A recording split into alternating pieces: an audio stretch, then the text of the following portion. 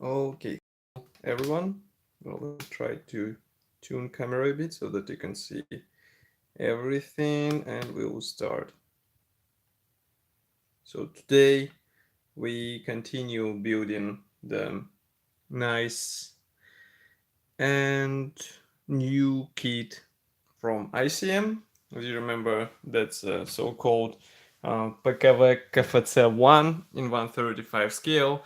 And today we are doing double live, let's say, because it will be streamed both on YouTube and also on Facebook. So on Facebook you have the vertical video, on YouTube you have the horizontal. So whichever one you prefer, choose and watch. So, as I said in the previous video, if you missed it, I assembled some minor sub-assemblies. So here you can see, for example, this small radiator is just a matter of joining two parts. Then I also glued this roof. As you remember, our vehicle has folded roof. So that's why it is assembled from 1, 2, 3, 4 parts. And we did it in the previous video. And also I assembled one of the rear, let's say, frames. Here you can see it, which is used for housing the license plate and also the rear light. And I've also sent, let's say, some parts for the primer covering. So they're already sprayed with primer. They're drying in my garage, and tomorrow we will bring them for painting. What I decided to do is to glue, actually to have the chassis painted ASAP, then to glue painted car body. And actually it will be chassis, engine, car body, and then we will start working on the car body. Why? Because actually chassis and also car body are painted in the same color, so there is no point in differentiating or leaving them aside. And that's why I decided to streamline a bit assembly process and to make it a bit easier, let's say. Next thing is that engine will be painted and weathered. So I'm not sure how to replicate weathering. I will be happy to see your recommendations, because I'm not sure. I don't want to make really dirty engine because it will be a relatively clean vehicle, and amount of dirt outside will be also quite limited, I would say. I don't want to make it look as a peak, So that's why it is necessary to decide how engine will be weathered. Why? Because I found one interesting thing. So here we have the part, just let me turn assembly manual pages a bit forward. So this is a part 822. As you can see, I decided to glue this side fender, which actually covers wheel. And what you have to do is to assemble whole bonnet out of 3 parts. So one part, second is in the middle, third is obviously is the right side of the bonnet, and then you have to add those wheel covers here, wheel arches. But the interesting thing is that we turn over this part, and you can see here this thin line which actually hints us that there is a possibility to open the bonnet. First I thought to make completely removable bonnet, but I'm not sure if it will be worth it. Maybe it is better to do to saw off this part here by this line, then turn it up, and then we will have partly open bonnet on our small vehicle. I think it will be a bit more interesting interpretation of this kit, but what we will have to overcome is that here we have the fasteners, which were typical for these vehicles. We will have to completely sand them off, actually cut them off, I think. And what we will have to do is to somehow prolong them on the top half, which will be opened. So just give me a second.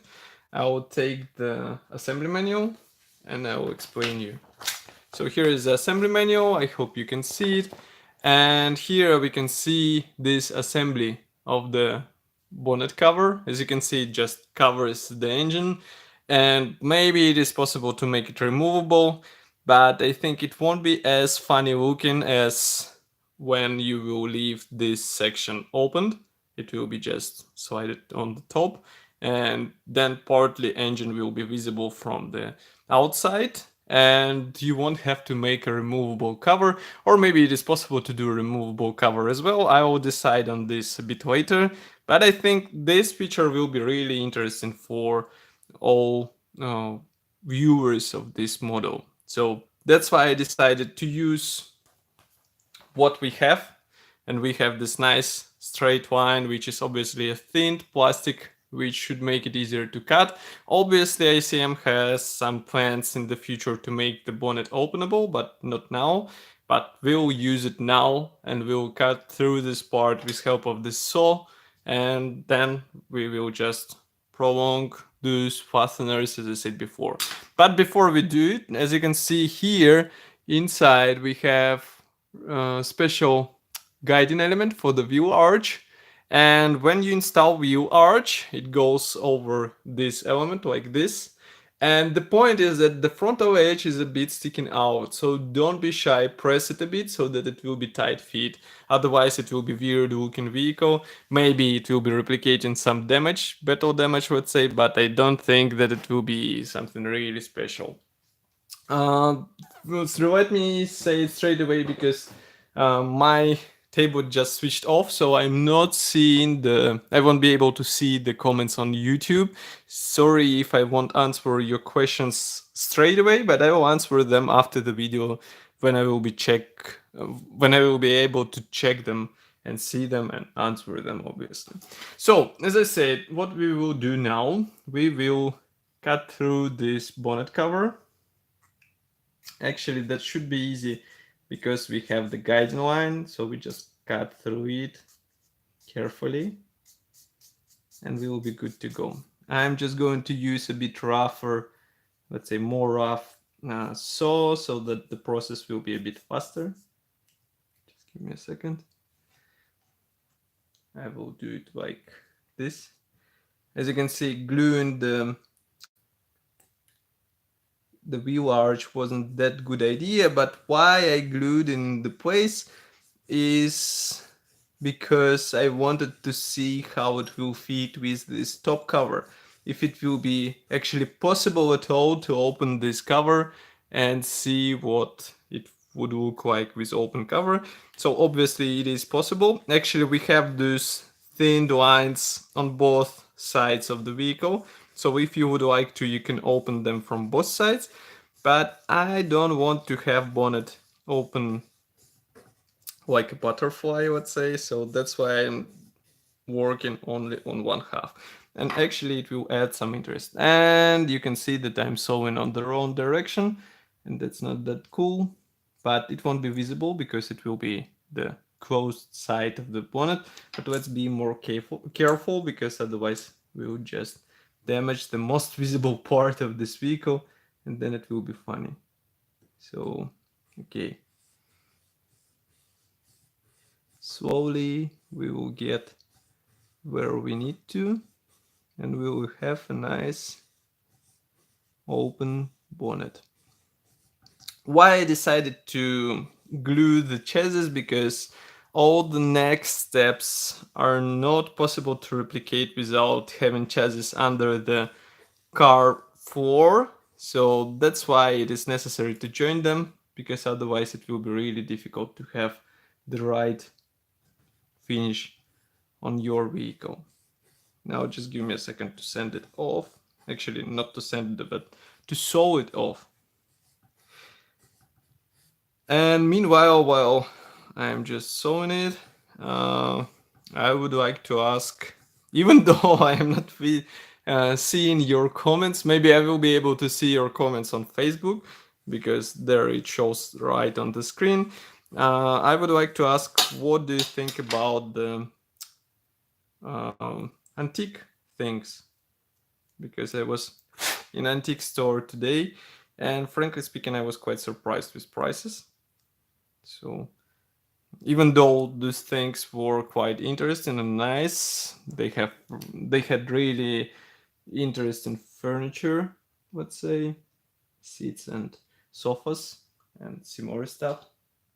But still, it is really shocking prices, in my opinion. Because, for example, one soft chair was like 2,000-3,000 euros. Used one from 1970s, and with obviously, I mean, easily noticeable used top cover. So what I'm doing at the moment is trying to clean what is left from the fasteners, because obviously they shouldn't be on the lower section of the bonnet. So that's why I'm doing this a bit of the scratching technique.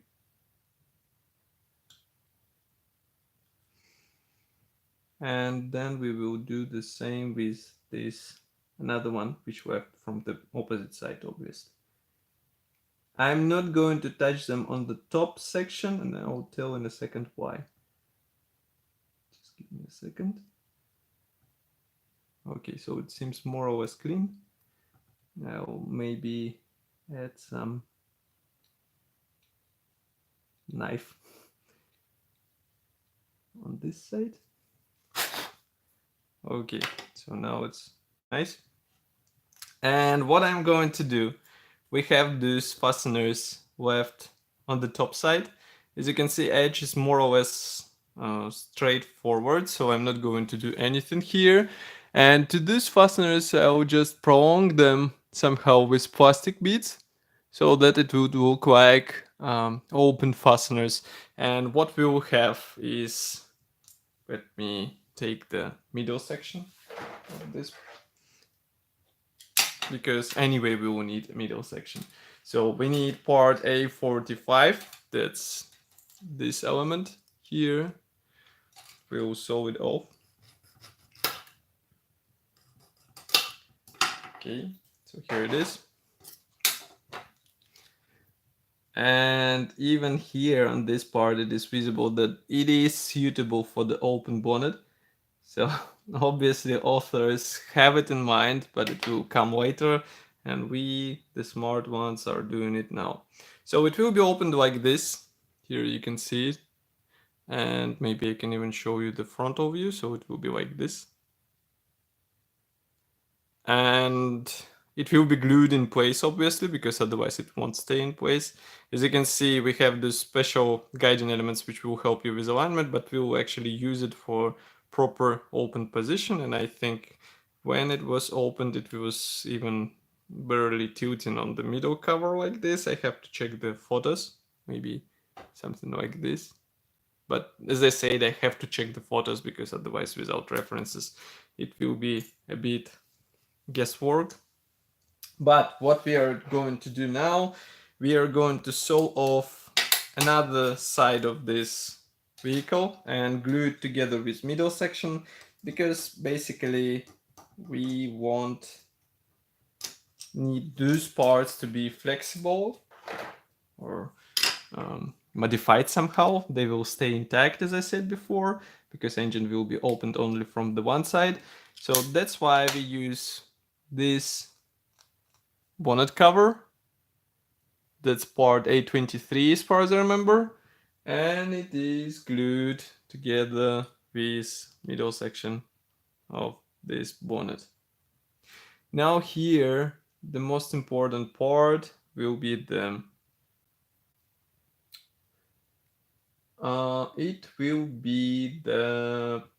guiding together, aligning these two parts together. Why I'm a bit slowed, because I'm looking at the attachment points which will be helping with proper alignment of this top cover on the on your car model. And actually there are two inside here, you can see them, and also one is on the front, so no worries, it will be actually aligned properly. But what we are going to do now is place these parts like this and use just a small amount of the fast setting glue in order to have everything intact. So just give me a second. I will use knife for the proper alignment so that parts won't be moving. Okay, we use this fast setting knife as I said before. Some drops here. And that's all. Do not press on these parts. Actually, you are not seeing what I'm doing, but on here on YouTube it should be visible. Let's move it a bit forward so that you can see it on Facebook as well.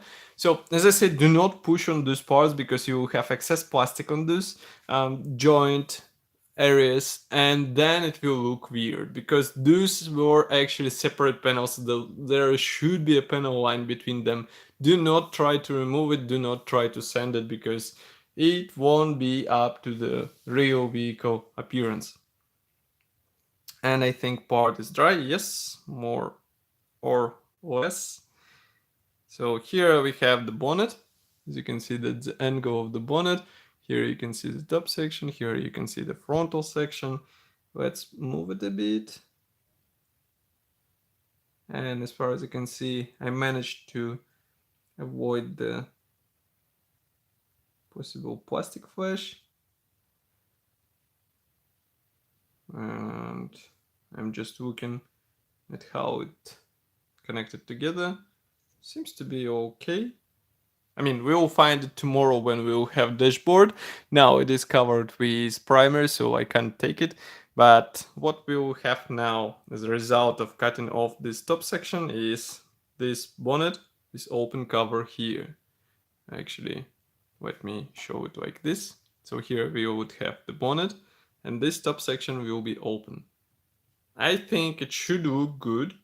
It will definitely look like nothing like original plastic, let's say, because original plastic has closed bonnet, obviously. So that's why. And just one thing we can continue with is the wheel arch, part A35. That's the right one. So just give me a second to cut it off. Actually, to sew it off.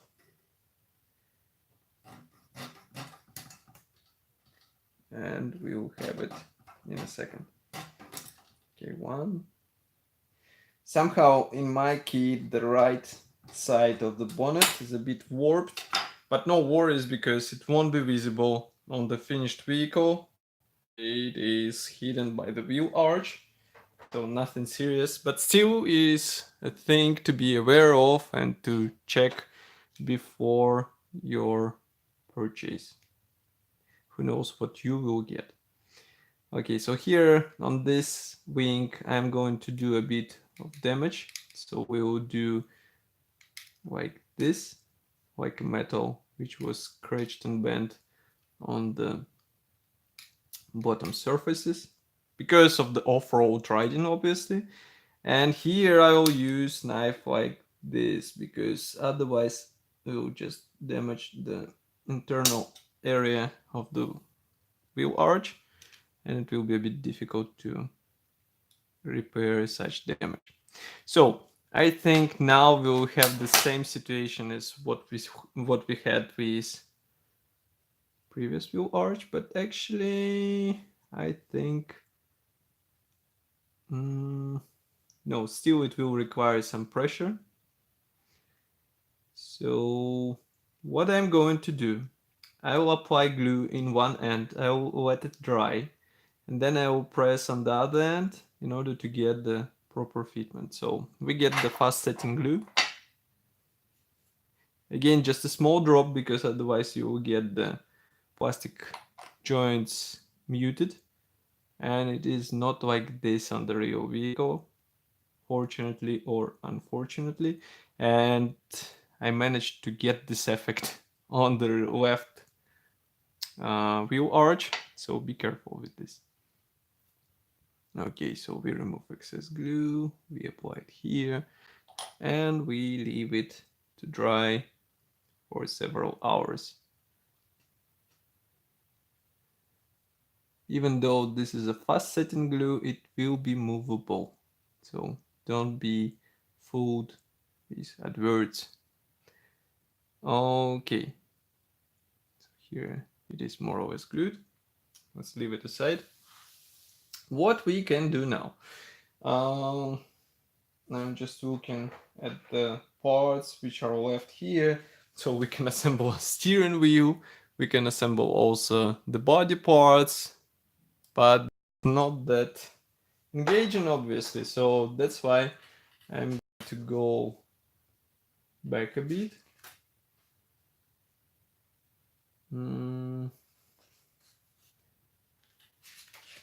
Because I wanted to assemble the doors and door handles, but I think I'll do it offline because again, these parts are really tiny and it will be more interesting to assemble the main car body together with chassis to join them together. So we are going to do it tomorrow when engine will be painted and installed in place. Today we take a small break, let's say. This video will be shorter than the previous ones. Don't forget to join tomorrow video because we will have the painted engine, I hope, and we will also have it joined together with mainframe. We will also continue by installing the cockpit floor or the interior floor on the chassis. We will also join those bonnet parts together, which will be also interesting. And of course we will work with interior a bit to get more or less realistic appearance, because it will be sides installed and other stuff.